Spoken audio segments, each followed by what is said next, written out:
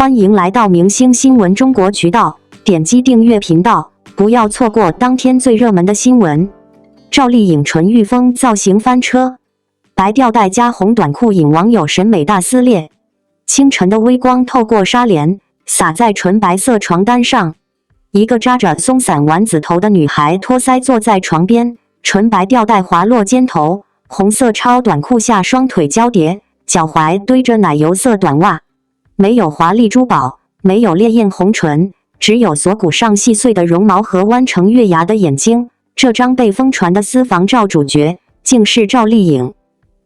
纯欲风背后藏着多少反骨美学？当全网还在回味她穿绿色抹胸礼服像包壳荔枝的贵气，或是黑金西装裙的冷艳争议，这组居家照直接撕裂了所有预设。白色吊带毫无保留地展露直角肩，红色短裤卡在大腿根部，高腰袜堆在脚踝，3处露肤点精准卡在30%的预感临界线。没有鱼尾裙摆的摇曳生姿，没有丝绒手套的复古优压，棉质布料贴着肌肤的褶皱，反而让腰臀曲线比红毯造型更鲜活。粉丝惊呼：这哪像400多个月的吗？黑粉却炮轰低幼审美侮辱女性，而风暴中心的她只回敬一句：我自己选的，别叽歪了。2. 从甜妹标本到纯欲修罗场。10年前花千骨里咬着包子的小骨，恐怕想不到会被贴上纯欲天花板的标签。当年产后复出穿荧光粉味易配牛仔热裤，被嘲村姑进城。如今同款露腰装加高腰裤，却成小红书100万点赞模板。秘密藏在细节博弈，针织开衫虚掩小蛮腰，烂翻加色唇又平衡黑色系压抑，蝴蝶发加压住波浪卷的媚态。更绝的是那套薛定谔的裤裙，远看仙气白裙，近看时为阔腿裤，走光风险被设计碾碎。当别人用深 V 博眼球时，她的纯欲公式是露肩不露胸，收腰不放凉，珍珠锁骨链锁死最后分寸。3. 争议漩涡里，她在改写游戏规则。新加坡黑金西装裙被骂微伤风那晚，造型师电话被打爆。赵丽颖反手晒出生图配文：我觉得今天很 nice。网友分裂成2大阵营，一方痛斥国际场合丢脸，另一方力挺穿西装谈商务才是真女王。这种撕裂早现端倪，红色泳装照流出时，有人看到水面波光映着纱织纹理的预感，有人只盯着布料面积。而赵丽颖的回应是继续放出酒红色深 V 纱裙写真，大露杯设计配高马尾，把纯欲风焊进红毯史册。当37岁穿嫩绿毛衣被夸20岁校花，当白色吊带照被一爱合成，她亲手撕掉所有标签，少女感不必硬挖，性感无需讨好。4. 纯欲风狐报，炸出了什么真相？中餐厅录制现场，赵丽颖把白 T 恤塞进黑色小脚裤，帆布包斜挎肩头，买菜清单捏出折痕。镜头扫过她后腰，露出1截米白色防晒衣，像学生时代暗恋的学姐。没有紧身裙的进攻性，没有礼服裙的疏离感，这套80元基础款穿搭冲上热搜时，网友突然悟了，纯欲的本质是掌控感。它能把剧组盒饭吃出高级感，也能让1000元针织衫沾上猫毛，能在捉奸戏份里吼出青筋，也能托腮笑出400个月大的稚气。当同龄女星沉迷少女感人设，她敢素颜演农妇浮肿的脸；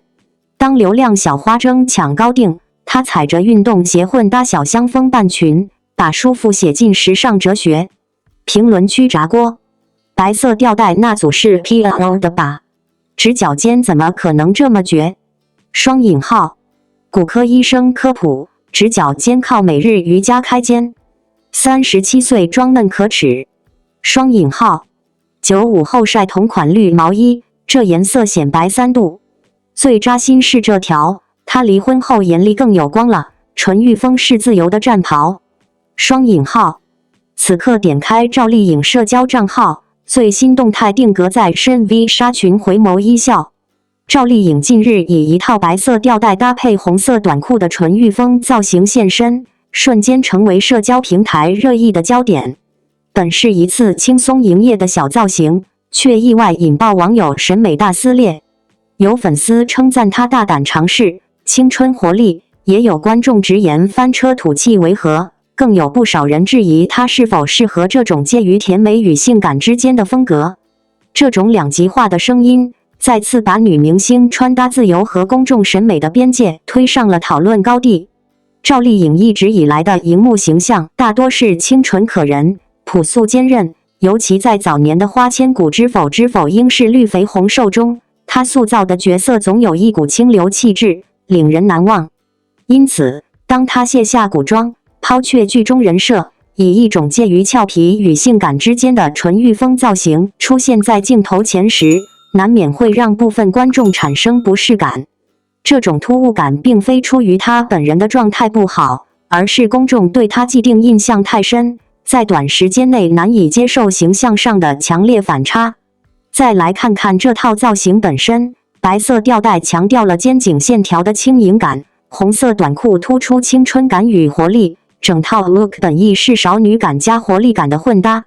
但不得不说，红白配色对整体比例的要求极高，加之赵丽颖本身骨架偏小，身形纤细，很容易在镜头下显得略单薄，不够撑场，从而削弱了造型原有的时尚感。此外，发型和妆容的搭配也显得有些普通，没有足够精致或惊艳的加持，使得整体形象缺乏记忆点与明星质感。但是，我们不能忽视的是赵丽颖此番造型背后的用意。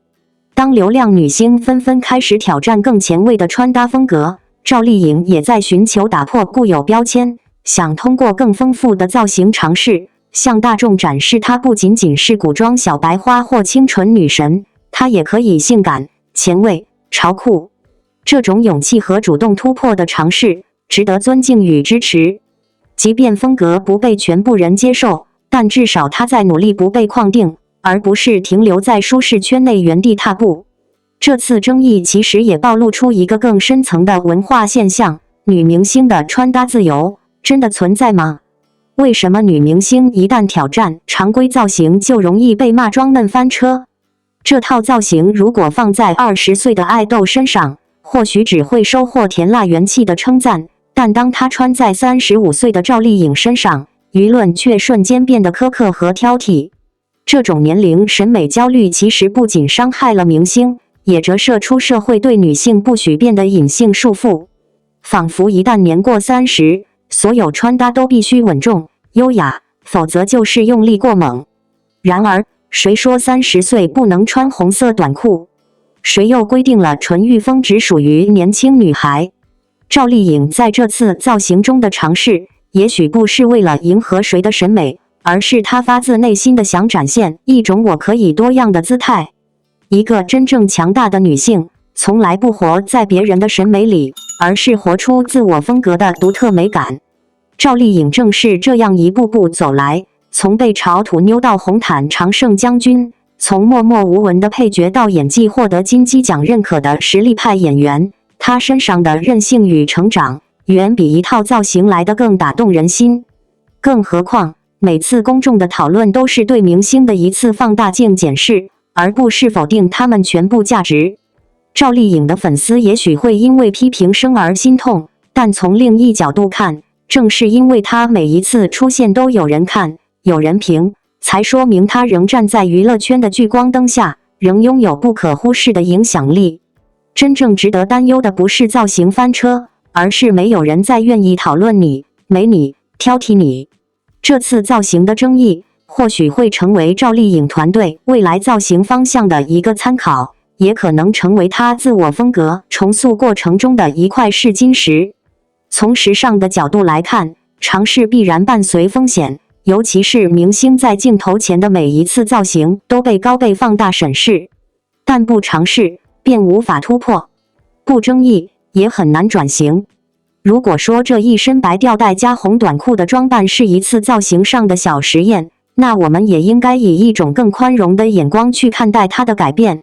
赵丽颖之所以能长红，并非靠单一标签吃老本，而是她始终保持进取的姿态和不断挑战自我的勇气。他能在角色中历练演技，在生活中坚持自律，在公众视野中展现不断变化的面貌。这份多面性正是她作为女演员长线魅力的核心。就像这次翻车风波，也许在今天是热议，但明天她在以一套高定惊艳亮相时，那些质疑之声就会烟消云散。娱乐圈从来不缺造型话题，但能从话题中走出来的人，才是真正的赢家。亲爱的观众朋友们，我们能否学会欣赏一个女明星的变化？当她勇敢走出舒适圈，我们是否能给予一些理解与空间？造型只是外在表达的一部分，而她所承载的努力、成长与探索，才是她真正的价值所在。赵丽颖不是谁的替代品，她是她自己，是那个从小镇女孩一路拼到一线的坚强代表，是那个在鲜花与质疑中依然选择不放弃、不迎合的赵小刀。所以下次当你看到赵丽颖尝试新的风格、新的角色、新的舞台时，不妨放下成见，抛开标签，以一个普通观众的眼光重新认识她。或许你会发现，那个你曾熟悉的清纯女孩，早已悄然蜕变为一个既能温婉动人，也能利落飒爽的新时代女性。而这正是她最迷人之处。有些演员是靠绯闻出圈，有些演员是靠综艺刷脸，而还有一些人，像王一博，是在《无名》这样沉稳深邃、节奏缓慢却张力十足的电影中，用角色一步步走进观众的内心。许多观众在走进影院之前，对王一博的印象还停留在流量、爱跳舞、爱骑车，但当他们带着或好奇、或审视、或怀疑的心情观看完《无名》后，却纷纷在社交平台留下路转粉的感慨。正如那句流传甚广的网友评论：看完《无名》，我对王一博彻底改观，原来剧情真的可以带粉。双引号，《无名》是一部非常特殊的电影，它并没有选择传统谍战片那种紧凑、直白的叙事节奏，而是用一种碎片化的、非线性的方式，去讲述一段浸透着隐忍与牺牲的历史。在这样的叙事结构下，对演员的表演要求极高，因为人物的信息传递不能全靠台词和剧情引导，更多的是靠微表情、情绪控制和肢体语言。而王一博饰演的叶密，几乎是贯穿始终的关键人物之一。他在寂静中爆发，在淡漠中传递情绪，那种眼神里藏着风暴的表演方式，令人意外的成熟、稳重，也彻底打破了他过去偶像出身的固有标签。许多第一次真正认真看他演戏的观众都感到惊讶，这真的是王一博吗？完全看不出是偶像出身，连气质都不一样了。这类评论在《无名》上映后比比皆是，特别是那些原本对他没有任何好感甚至有些偏见的观众，在观影之后纷纷表示被打脸。更有趣的是，他们之中不少人表示自己是因为剧情太吸引人才坚持看完，结果越看越觉得王一博眼神有戏，动作自然，情绪控制到位，最后竟然被带粉。这样的剧情带粉现象，其实背后体现的不仅仅是王一博个人的努力和成长，也反映出当代观众对于演员的要求正在发生变化。曾几何时，演技和偶像是对立的两个标签，但王一博用事实证明，这两者可以融合，并且可以互相成就。是的，王一博从舞台走来，拥有属于偶像的光环与流量，但他从来不拒绝用真实的作品打破偏见。无名对他而言，不只是一次转型，更是一场关于信念与实力的正面交锋。导演程耳的用人之道也值得一提，他不惧争议，敢于启用一个流量艺人去担纲这样一部重量级电影的男二号，显然他在王一博身上看到了不一样的潜力，而王一博也没有辜负这份信任。不是所有演员都能在程耳电影中站稳脚跟，但王一博做到了。这不仅仅靠天赋，更靠的是投入和对角色的理解。片场拍摄期间，王一博多次主动要求重来，只为演出那种在无声中炸裂的效果。他愿意苦练动作，深研台词，揣摩人物内心，不求抢镜，只求真实。这种对表演的态度，深深打动了不少专业影评人，也让许多路人粉转入坑粉。更值得称道的是，无名之后，王一博并没有急于为爆红演技锦上添花，而是选择继续深耕内容。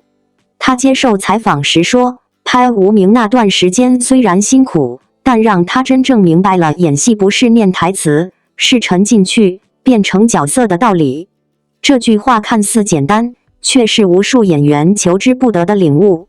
而他，一个出道时被认为只会跳舞的男团成员，却用实际行动一步步靠近了表演的核心。当然，王一博的演技成长之路也并非一帆风顺。无名上映之初，他也遭遇过质疑，他演得太木了，没表情，不够有层次等负面评论充斥网络。但有趣的是，当观众2刷甚至3刷无名之后，这些评论开始逐渐被其实越看越有味道他的克制正式角色设定、眼神诠释戏所替代。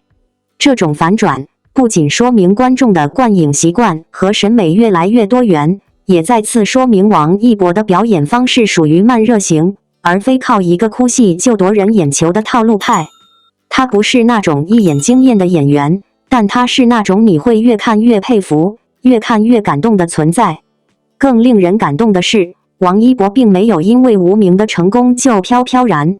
他依旧保持着低调的态度，不炒作，不营销，不回应。他相信观众的眼睛是雪亮的，相信真正的认可来自作品本身。这种安静的坚持，在喧嚣的娱乐圈里显得尤为珍贵。有人说他神隐，其实他只是把时间用在了打磨角色、体验人生、积淀表达力上。对粉丝来说，无名是一个拐点。很多早期支持王一博的人，从舞台追到荧幕，从热血少年看到沉稳演员，而那些因为无名才认识他的观众，也开始好奇这个男孩更多的面貌，他到底经历了什么？他怎么可以转变得如此自然？他之后还会带来什么惊喜？于是，不少观众开始翻出他的旧作，从《陈情岭》到《风起洛阳》，从《冰与火》到《追风者》，一路追溯他的成长轨迹。那种从不了解到共鸣的过程，也构建起了王一博与观众之间更深层次的连接。写到这里，其实更像是一封观后感，也是一份观众对演员的敬意。王一博不是完美的演员，但他是真诚的、努力的、持续进化的。他不会为了迎合某种市场期待而改变自己，也不会为了流量热度而放弃打磨。他身上那股倔强，或许就是他能从流量跨越到实力的关键。最后，想对屏幕前的每一位观众说，如果你曾因为刻板印象而忽视了某些演员的努力，不妨像看无名一样，给他们一个机会，也给自己一个惊喜。王一博不是第一个在作品中翻红的艺人，也不会是最后一个。但正是这样一个又一个因作品被看见的人，才让我们相信，这个行业终究是讲作品的，是讲实力的，是讲态度的。愿我们都能在喧嚣娱乐圈中，找寻属于自己的那份无名时刻，哪怕微小，但足以点燃热爱。王一博已经在路上了，你呢？